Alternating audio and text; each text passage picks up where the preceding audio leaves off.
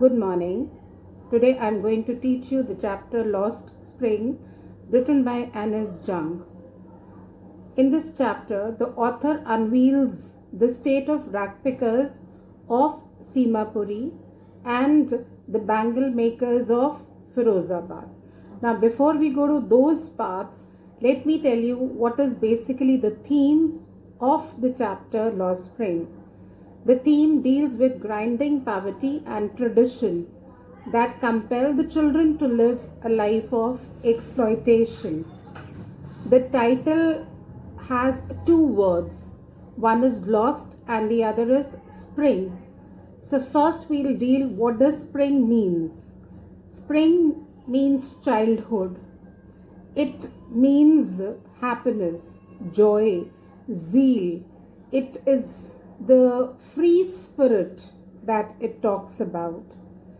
So the first letter is lost. So the chapter says that the spring, that is the happiness, the exuberance, the playfulness, the joy, the zeal of the children is lost. So the spring is snatched from the children.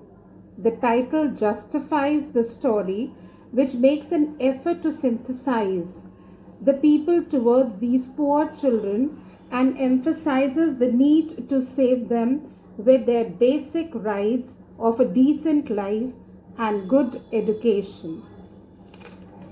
Now let us move on to the first part, which title is Sometimes I Find a Rupee in the Garbage. In 1971, there were some families who migrated from Dhaka, Bangladesh. They came to Simapuri. What is the reason of their coming is their green fields and their homes had been swept away due to storms. That is why they had nothing to eat. There was no livelihood. They took refuge at the outskirts of Delhi at a place called Simapuri. Just to eke out. Eke out means to make a living for themselves. Now let us talk about Simapuri. Simapuri is a colony where there were 10,000 ragpickers. They live in a structure of mud with roof of tin or tarpaulin. Simapuri is devoid of all the basic facilities like sewage, drainage or running water. The people who are living there have no identity but a ration card to have their names on the voter list. But the people are never bothered about their identity. Why? Because for them, food is more important. If they're able to fill up their stomach, that is more important for them. Even children are the part and parcel of the same work. They start doing the rag picking work as soon as they're able to carry on with themselves. The garbage is the only means of survival. The place, that is Simapuri, is at the periphery of Delhi. Yet it is miles apart from Delhi, metaphorically, is a line which is given in the book. That is the meaning that Simapuri is devoid of even the basic amenities in contrast to the highly developed and progressive Delhi. We already talked about the condition of Simapuri. Next is the second most important thing in the chapter is the story talks about Sahib. Who is Sahib? Sahib is also one who has come from Bangladesh. He is also rag picking here. He is doing the work of rag picking. His complete name is Sahib-e-Alam. The meaning of the word is Lord of the Universe. But look at the irony. Sahib is a victim of poverty. He lives in a slum and is not able to get meal for himself. That is, he cannot afford even the basic necessities of life. And what is his name is Sahib-e-Alam. Sahib, he is the son of a migrant family from Dhaka, is a rag picker who lives in Simapuri.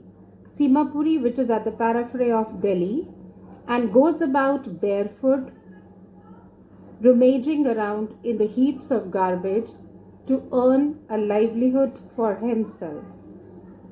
Sahib was interested to go to school, or we can say is interested to go to the school. So Sahib meets the author, and the author asked him, "Will you go to school?" Sahib replied that there is no school in his neighborhood. Author asked, "Will he join if she opens a school?" Now Sahib sees a hope in what the author says. After a few days, when Sahib saw the author, he ran towards her asking, "Is your school ready?" The author felt embarrassed. Why? Because she had made a promise which would not have been fulfilled. And it is not only the promise of the author, that there are such promises which are made to them and they are often not being fulfilled. Next part in the story is about the people who are there rag picking. They do not wear any footwears. What is the reason for doing so is they're poor.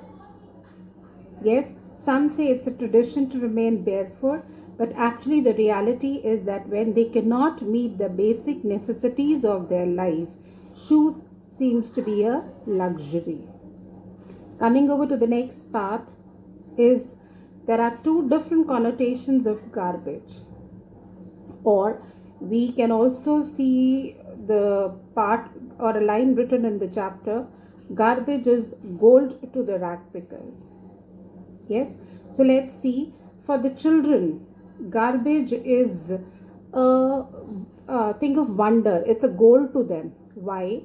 Because at times they get rupee or a 10 rupee note or even a silver coin in the heap of garbage. Thus they continue to scratch the garbage. They keep on looking. Why? Because they are the ones who have become the partners of survival.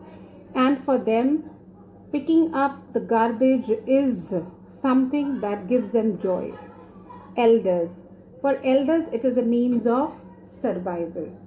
It is their daily bread, a roof over their head, even though it is a leaking roof.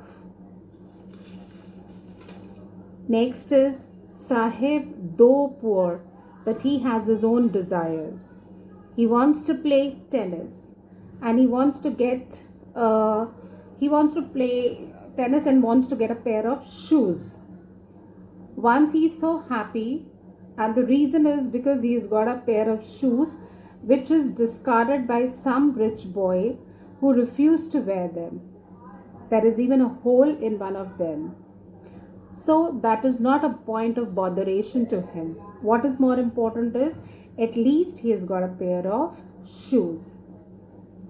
Then the story states that Sahib has started working in a tea stall, and Sahib feels that he is no longer his own master. Why? Because now he has to work under somebody. His carefree look has been taken away. He feels that the steel canister is more heavier than the plastic bag he would carry